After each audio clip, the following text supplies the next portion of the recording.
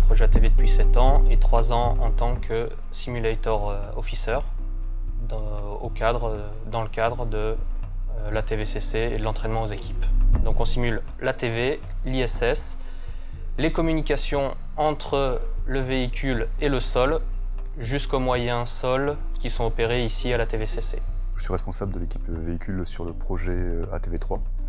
Donc l'équipe véhicule fait partie du centre de contrôle ATV. C'est une équipe où il y a plusieurs spécialités. Donc on a des spécialistes en propulsion, en communication, en système de docking, en système GNC, etc. Donc voilà, un pôle d'experts qui travaille au sein de la TVCC dans le cadre du projet ATV. On est en face d'une technologie vraiment de pointe, à la fois sur le véhicule. L'ATV est le véhicule le plus complexe qui a été construit, le véhicule spatial le plus complexe qui a été construit par l'Europe, mais aussi dans les opérations. Les opérations qu'on fait ici au centre de contrôle sont des opérations un petit peu particulières puisqu'on pilote un véhicule qui va vers une station habitée. Ça veut dire qu'il y a un certain nombre de contraintes, de règles de sécurité qu'il faut appliquer. Donc on est aujourd'hui dans ce type d'opération entre la frontière entre le spatial, je dirais classique, qui est le spatial des satellites, et puis un petit peu l'aéronautique ou du moins l'aviation civile, le contrôle aérien. On fait un peu du contrôle aérien ici, mais dans l'espace, donc du contrôle spatial. On a la chance de travailler avec des gens qui sont très expérimentés, qui ont fait déjà pour certains les missions ATV 1, 2 et 3. Donc ils sont assez bons pour nous communiquer leur savoir-faire et nous expliquer quelles procédures suivre. Au-delà de la compétence technique, il y a une certaine effectivement maîtrise de soi, ne pas trop rentrer dans un système un petit peu panique. Il y a beaucoup quand même de travail en équipe. Et puis aussi, effectivement, les opérations, c'est quand même des contraintes. Donc il faut avoir aussi une capacité à s'adapter à ces contraintes. Donc voilà, donc on peut être appelé en pleine nuit, il y a des horaires décalés. Donc et tout ça, il faut y faire face.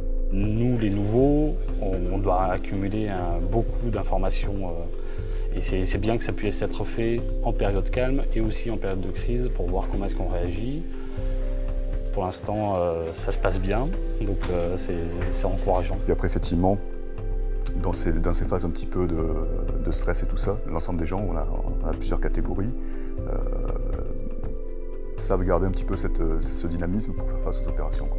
On touche à une niche dans ce domaine spatial qui est le vol habité, qui est un domaine aussi très particulier et c'est extrêmement rare en fait de travailler dans ce genre de domaine. C'est tout d'abord une grande fierté. Travailler sur un programme de vol habité, c'est faire partie de la conquête spatiale. Donc c'est une chance de pouvoir travailler ici. C'est beaucoup de passion.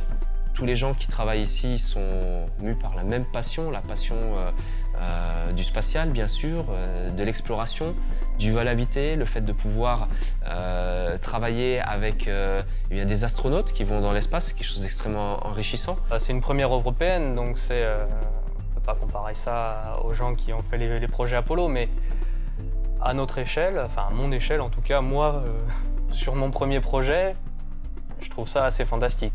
Honnêtement, c'est une grande aventure. C'est une grande aventure parce que c'est déjà le principe technique de la TV, c'est quelque chose quand même